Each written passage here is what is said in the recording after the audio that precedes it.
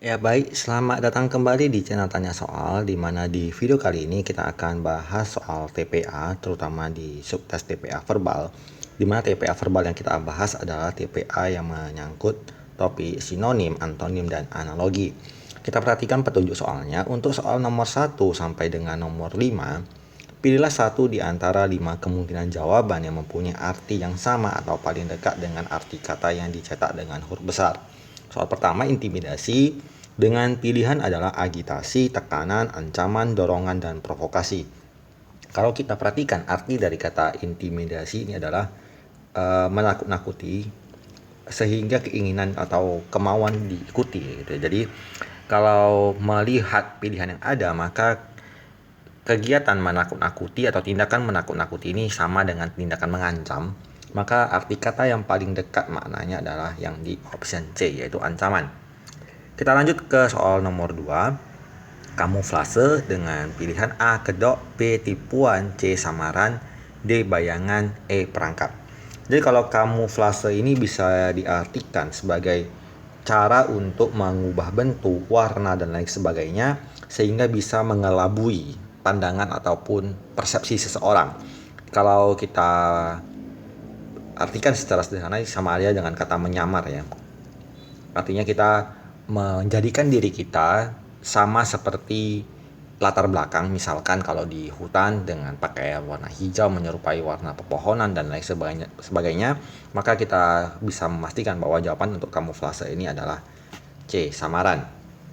Kemudian soal nomor 3, rawan dengan pilihan A keras, B lunak, C kerap, D rapuh, E bahaya.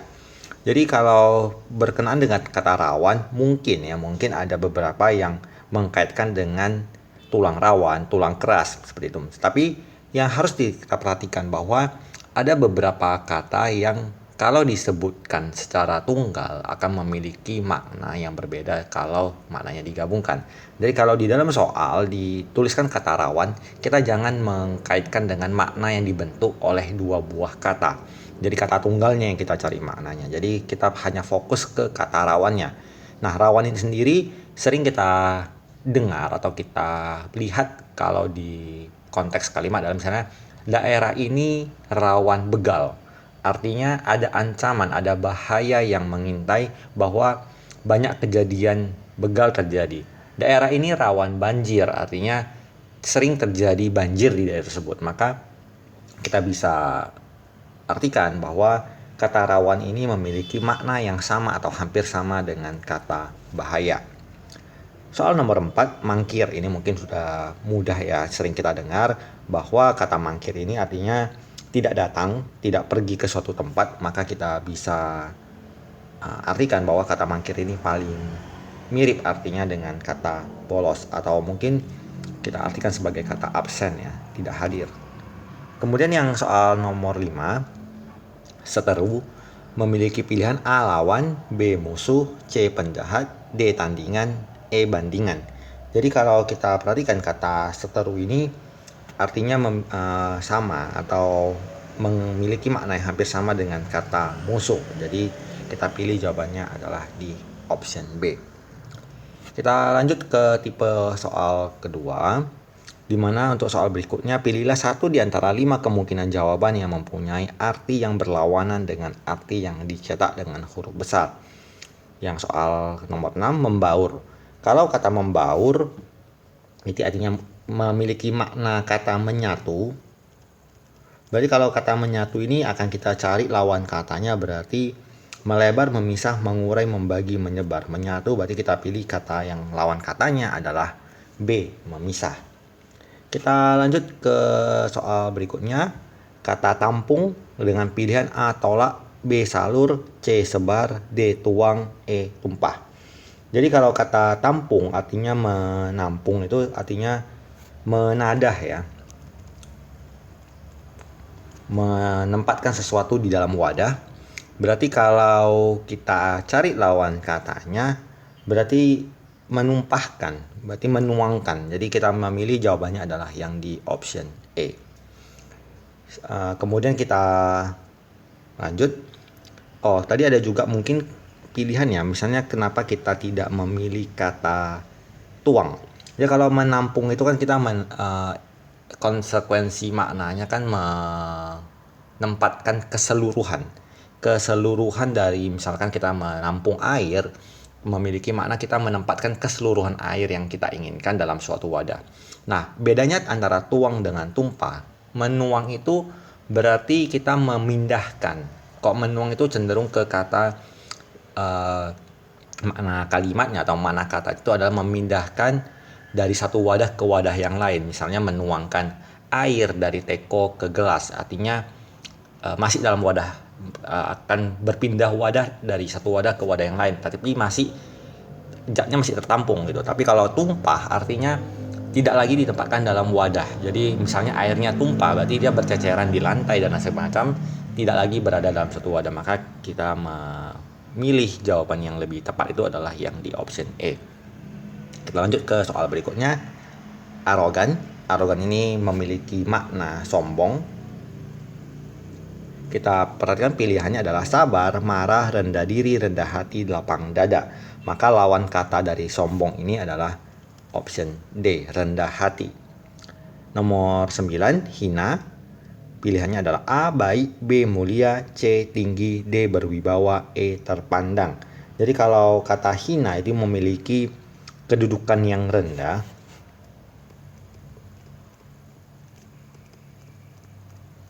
maka kalau kita pilih, kita akan memilih yang tinggi kedudukannya. Tapi bukan kata tingginya, tetapi posisinya. Biasanya kalau kita anggap hina itu adalah golongan-golongan budak misalkan, golongan hina, maka golongan-golongan yang dianggap tinggi itu adalah golongan-golongan bangsawan, raja, dan yang kita sering dengan panggilan yang mulia misalnya seperti itu. Jadi kita memilih jawabannya adalah option B, mulia. Yang kita perhatikan adalah statusnya, bukan kalau kata tinggi itu berarti bermakna denotasi, artinya posisinya diukur dari suatu permukaan, itu misalnya tinggi benda segala macamnya. Tapi kalau hina dan mulia ini lebih ke status sosial. Kita lanjut ke soal nomor 10, gontai. Dengan pilihan A, lurus, B, sadar, C, tegak, D, sigap, E, stabil. Jadi kata gontai ini memiliki makna kata, kalau dia kita anggap berjalannya gontai, berarti dia berjalan tuh terhuyung-huyung, tidak lurus gitu ya, tidak berjalan sebagaimana mestinya. Berarti kalau kita perhatikan bahwa pilihan yang paling tepat adalah tegak ya. Jadi kalau dia berjalan gontai terhuyung-huyung, berarti kita anggap berjalan yang baik itu adalah berjalan yang tegak badannya, posisi badannya tegak seperti itu. Jadi pilihan yang paling sesuai untuk jawaban nomor 10 adalah kata tegak. Kita lanjut ke soal berikutnya, di mana di petunjuknya adalah pilihlah pasangan kata yang paling tepat pada alternatif jawaban A, B, C, D, E yang memiliki jenis hubungan setara dengan pasangan kata pada soal yang tercetak dengan huruf kapital. Di mana soal nomor 11 adalah cuaca meteorologi. Kemudian pilihannya adalah fisika, astronomi, keturunan gerontologi, buku pedagogi, penyakit patologi, fosil antropologi. Jadi kalau kita perhatikan ada kata logi di sini, kata kuncinya adalah ilmu. Berarti cuaca dan ilmu. Berarti meteorologi itu adalah ilmu yang mempelajari cuaca. Jadi hubungannya adalah jenis keilmuannya. Maka kalau kita perhatikan jenis kata yang cocok adalah yang D ya. Jadi kalau penyakit adalah nama ilmu yang mempelajari penyakit adalah patologi. Sementara kalau fisika dan astronomi tidak berkaitan langsung, seperti itu. Jadi kalau misalkan buku dan pedagogi itu lebih ke ilmu keguruan, kemudian antropologi kebudayaan tidak langsung berkaitan dengan fosil ya. Kita lanjut ke soal berikutnya nomor 12, upah buruh. Dengan pilihan A, tip bonus, B, permintaan maaf penyesalan, C, janji sumbangan, D, piala kemenangan, E, utang dan pinjaman. Kalau kita perhatikan menunjukkan hasil ya. Jadi kalau buruh bekerja memperoleh hasil berupa upah. Jadi ada beberapa jenis bayaran, misalkan buruh diberikan istilah imbalannya upah, kemudian kalau karyawan secara umum diberikan gaji misalnya seperti itu. Nah, upah ini adalah berarti hasil dari kerjanya si buruh diberikan namanya upah. Maka kita pilih coba analogi yang sama, maka yang paling cocok adalah piala dan kemenangan. Jadi kalau seseorang mengalami kemenangan akan diberikan hasil berupa piala atau sertifikat dan lain semacam. Jadi kalau yang di sebelah kiri adalah benda yang diterimanya, yang di sebelah kanan adalah prosesnya. Jadi kalau dia buruh memberikan hasil upah, kemenangan memberikan hasil berupa piala. Kita lanjut ke soal nomor 13. Cacing, ular dengan pilihan singa harimau, kambing sapi, biawak komodo, hiu paus, merpati elang.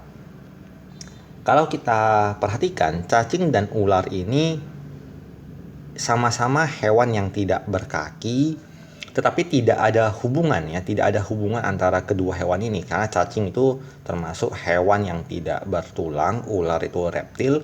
Dia hanya sekilas mirip ya, apalagi yang ukurannya kecil, sama-sama melata seperti itu, tapi tidak ada kemiripannya. Jadi kalau singa dan harimau itu masih ada hubungan, sama-sama karnivora seperti itu. Kambing sapi juga sama-sama herbivora. Kemudian biawak komodo kita perhatikan sama-sama masih reptil. Kemudian hiu paus ini berbeda ya, dimana hiu itu adalah hewan-hewan yang bertulang rawan, paus itu adalah mamalia. Jadi sekilas mirip tetapi memiliki jenis atau kelas biologi atau namanya klasifikasi hewan yang berbeda. Merpati dan elang juga memiliki jenis yang sama, yaitu sama-sama kalau di biologi ini namanya aves, ini reptil, mamalia, garis miring herbivora, yang ini mamalia juga dengan garis miring sama-sama hewan karnivora. Sementara hiu dan paus itu berbeda jenisnya. Kemudian soal nomor 14, guru sekolah dengan pilihan penambang pohon pabrik, musisi piano, pengacara panggung, penyanyi suara, petani ladang. Kalau kita perhatikan yang di sebelah kiri adalah nama profesi, guru, yang di sebelah kanan adalah sekolah, tempat. Berarti kaitannya adalah sebuah pekerjaan dan tempat kerjanya. Jadi ini adalah profesinya, ini adalah tempat kerjanya. Kita perhatikan pilihan A. Penebang pohon bekerja di pabrik. Kurang tepat, seharusnya penebang pohon kerjanya itu di hutan, karena dia menebang pohonnya. Jadi dia profesinya lebih ke di hutan. Musisi piano, piano bukan tempat, itu adalah alatnya. Pengacara panggung, pengacara seharusnya bekerjanya bukan di panggung tapi di pengadilan. Penyanyi suara, suara juga bukan nama tempat. Suara itu adalah hasil yang dikeluarkan oleh si penyanyi. Maka yang paling tepat adalah option E, petani bekerja di ladang. Nomor 15, orang bodoh ilmu.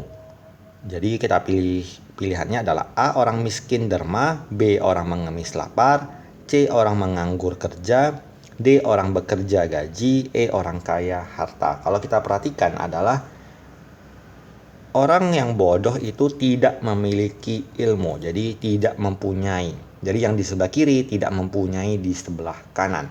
Maka kalau kita pilih option A, kita perhatikan orang miskin tidak memiliki derma, tidak ada hubungannya kaitannya langsung. Orang mengemis tidak memiliki lapar, tidak cocok. Orang yang menganggur tidak memiliki kerja, ini tepat. Orang yang bekerja tidak memiliki gaji, tidak cocok. Orang yang kaya tidak memiliki harta juga tidak tepat. Maka jawaban yang paling sesuai adalah di option C. Jadi ini adalah beberapa soal TPA yang bisa kita bahas dalam kesempatan kali ini. Kamu boleh komentar dari soal-soal yang kita tampilkan. Ada 15 soal, kamu berhasil menjawab berapa soal dengan benar. Dan kalau ada materi-materi yang ingin kamu request untuk kita bahas dalam video-video selanjutnya, silakan cantumkan di kolom komentar. Nanti kita pertimbangkan mana yang paling banyak diminati oleh penonton ya, sehingga kita akan susun beberapa video berikutnya untuk menjadikan referensi belajar bagi kamu. Semoga bermanfaat dan sampai jumpa di video berikutnya.